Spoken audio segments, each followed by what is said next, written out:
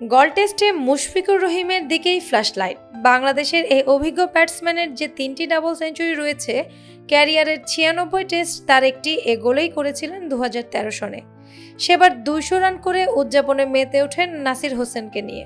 শ্রীলঙ্কার test match খেলেছেন তিনি আরও 2 মাঠে, পিসারা ওভাল, পালকেলে, মোট 7 ম্যাচ। কিন্তু এর মধ্যে উজ্জ্বল পারফরমেন্স এ মাঠেই। 2005 সনের লর্ডসে অভিষেক হওয়া মুশফিকের বয়স এখন 38। বলার অপেক্ষা রাখে না ক্যারিয়ারের শেষ লগ্নে তিনি, কিন্তু এরপরও তার ওপর অনেক প্রত্যাশা টিম বাংলাদেশের। মুশফিকের টেস্ট ম্যাচের ক্যারিয়ারে রয়েছে অনেক সফলতা। শ্রীলঙ্কা ছাড়াও আরও যে 2 ডাবল সেঞ্চুরি রয়েছে সেটা জিম্বাবুয়ের বিরুদ্ধে ঘরের মাঠে। 2018 সনে শেরেবাংলায় করেছিলেন অপরাজিত 219 ও একই মাঠে 2020 সনে সেই জিম্বাবুয়ের বিপক্ষে 203 রানের অপরাজিত আরও এক ডাবল সেঞ্চুরি। টেস্ট ক্রিকেটে বাংলাদেশের ইদানিংকালের পারফরমেন্স সুবিধাজনক না। সর্বশেষ খেলা 2 ম্যাচের একটি করে হার ও জয় রয়েছে।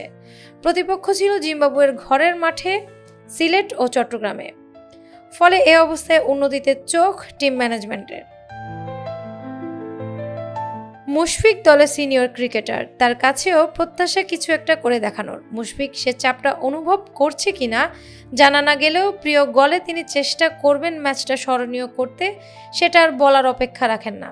96 টেস্টের 177 ইনিংসে মুশফিকের ক্যারিয়ারে 6055 রান, গড় রান 37.37। এর মধ্যে ডাবল সেঞ্চুরি 3টি, সেঞ্চুরি 11 ও হাফ সেঞ্চুরি রয়েছে 27টি। এবার শ্রীলঙ্কা সফরে কি করবেন মুশফিক, সেদিকে তাকিয়ে আছে সবাই।